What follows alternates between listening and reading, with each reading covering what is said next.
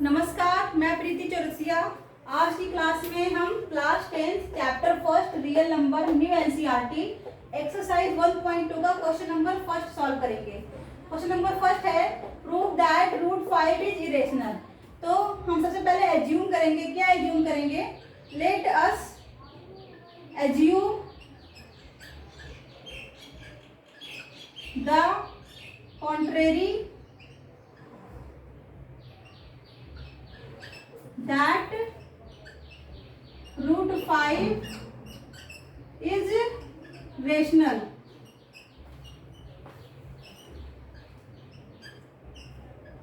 अब उसके बाद रेशनल की क्या कंडीशन होती है? Root 5 is equals to A upon B, जहां where A and B are coprime. Coprime क्या होता है? एग्जांपल देके मैं आपको बता सकती हूँ। जैसे कि आपका 3 हो गया और 4 हो गया। 3 का प्राइम फैक्टर क्या है? 1 मल्टीप्लाई 3। और 4 का प्राइम फैक्टर क्या है? 1 मल्टीप्लाई 2 मल्टीप्लाई 2। तो यहाँ पे हाईएस्ट कॉमन फैक्टर क्या है? 1 है। तो इसका मतलब 3 और 5 क्या है? को प्राइम है।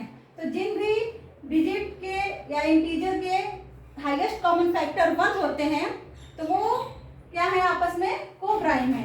ठीक है, यहाँ पे ए एंड बी क्या है? को प्राइम है। अब हम क्या करेंगे? क्रॉस मल्टीप्लाई करेंगे। तो हम रूट 5 का बी में जब हमने मल्टीप्लाई किया तो root 5 multiply B is equals to A. अब हमें क्या करना है? स्क्वायरिंग बोथ साइड, यानी दोनों तरफ हमें क्या कर देना है? स्क्वायर कर देना है। चलिए, हमने स्क्वायर कर दिया और फिर हमें यहाँ पे लिखना भी है स्क्वायरिंग बोथ साइड। ठीक है, लिख दिया। अब जब स्क्वायरिंग करेंगे तो क्या होगा? यहाँ पे 5 हो जाएगा, यहाँ बी स्क्वायर और इज इक्वल टू यहाँ पे क्या हो जाएगा? ए स्क्वायर। ऐसा कैसे हुआ? जब आप रूट 5 का मल्टीप्लाई रूट 5 में करते हो तो इसका आंसर क्या आता है? 5। ऐसा क्यों? क्योंकि यहाँ रूट के अंदर 5 है, यहाँ भी रूट के अंदर 5 है, सेम इंटीजर है। और जब सेम इंटीजर के रूट का हम मल्टीप्लाई करते हैं तो रूट रिमूव हो जाता है और वो इंटीजर उसका रिजल्ट हो जाता है। ठीक है, तो ये हमारा हो गया 5b square equals to A square. तो यहाँ से हमारा क्या रिजल्ट निकलता है कि जो ए स्क्वायर है वो 5 से क्या है? डिविजिबल है। तो यदि A square is divisible by 5, therefore a is also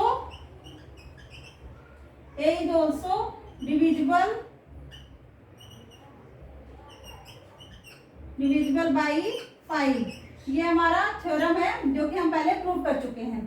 ठीक है, तो अगर a स्क्वायर 5 से डिविजिबल है तो a भी क्या है? 5 से डिविजिबल होगा। जैसे मैं आपको एक एग्जांपल देकर दिखाती हूँ कि ये 6 स्क्वायर जो है, 6 स्क्वायर का मतलब क्या है? 36। और 36 की जो प्राइम फैक्टर है वो क्या है? 2 मल्टीप्लाई 2 1 जा 2, 2 8 जा 16, 2 9 जा 18, 3 3 जा 9, 3 1 जा 3। ठीक है, 2 2 जा 4, 4 3 जा 12 और 12 3 जा 36। तो 6 की जो प्राइम फैक्टर है 2 मल्टीप्लाई 2 मल्टीप्लाई 3 मल्टीप्लाई 3। यहाँ पे 2 क्या है? 2 और 3 ये क्या है? 6 स्क्वायर 2 एंड 3 से क्या हो रहा है? डिवाइड हो रहा है ना, डिविजिबल है ना। क्या 6 भी तो 6 और 6 का प्राइम फैक्टर क्या होता है? 2 एंड 3। तो 2 से जो 6 स्क्वायर 2 एंड 3 से डिविजिबल है तो 6 भी तो 2 एंड 3 से डिविजिबल है। इसका मतलब कि हमने ये जो कंडीशन लिखा है वो सही है कि अगर ए स्क्वायर किसी नंबर से डिविजिबल है तो वो भी ए भी उस नंबर से क्या होगा? डिविजिबल होगा। तो ये हमने इक्वेशन से क्या लिख कर दिया? Equation first. ठीक है, तो ये मैंने आपको समझाने के लिए इतना कुछ बताया है। समझ में आ गया हो तो अच्छी बात है, नहीं आया है तो और अच्छी बात है, मैं दोबारा से बताऊंगी, आप कमेंट कर देना। ठीक है, तो अब हम इसको सॉल्व करते हैं। तो फिर हम यहाँ पे लेट करेंगे, let B square is equals to C, where C is an integer. ठीक है, तो 5c is equals to a। ये कहाँ से आया? तो 5 क्या है, a से डिविजिबल है, हमने यहाँ पे लिखा है। और c कहाँ से आया? b स्क्वायर हमने क्या मान लिया? c मान लिया। ठीक है, तो हम क्या करेंगे, ये जो c है तो वैल्यू ऑफ a, यहाँ पे a की वैल्यू क्या है? 5c। हम यहाँ लिख देंगे वैल्यू, थोड़ा इधर से लिखते हैं जिससे कि स्पेस अच्छे से हो जाए। Value of a put in equation, put in equation first. हमारा इक्वेशन फर्स्ट ये है और यहाँ पे a की वैल्यू हमें पुट कर देनी है। तो हमने लिखा 5b square is equals to a की वैल्यू क्या है? 5c। तो a की जगह हमने क्या लिख दिया? 5c लिख दिया और होल स्क्वायर है तो होल स्क्वायर कर दिया। देन जब हम इसको सॉल्व करेंगे तो 5b square is equals to 5 का 5 मल्टीप्लाई करेंगे 25 और ये c स्क्वायर। तो हम ये इस 5 से 25 डिविजिबल है तो 5 5 जा 25। तो b स्क्वायर क्या आ गया? b square is equals to 5c square आ गया। तो यहाँ से ये प्रूफ होता है b square equals to 5c square आ गया। तो हम यहाँ लिख सकते हैं कि b square is divisible by 5, b square is divisible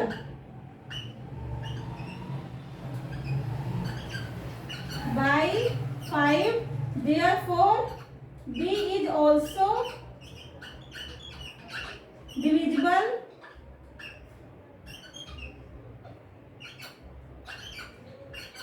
by 5। ये हमारा इक्वेशन क्या हो गया? 2 हो गया। वो हमारा इक्वेशन फर्स्ट था और ये हमारा इक्वेशन क्या हो गया? 2 हो गया। तो by equation first and second, by equation first and second, a and b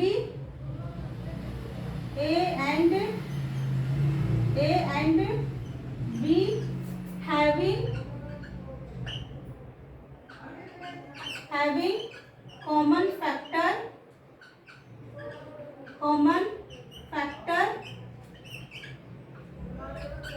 5।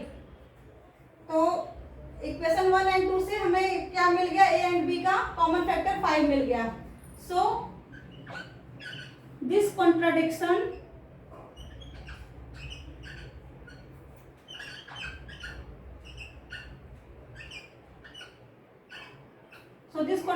is arisen because of our wrong assumption।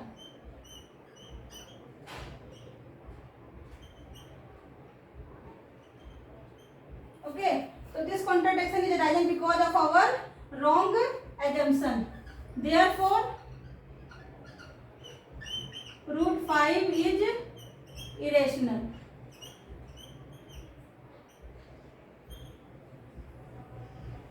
देखिए ये हो गया आपका सॉल्यूशन।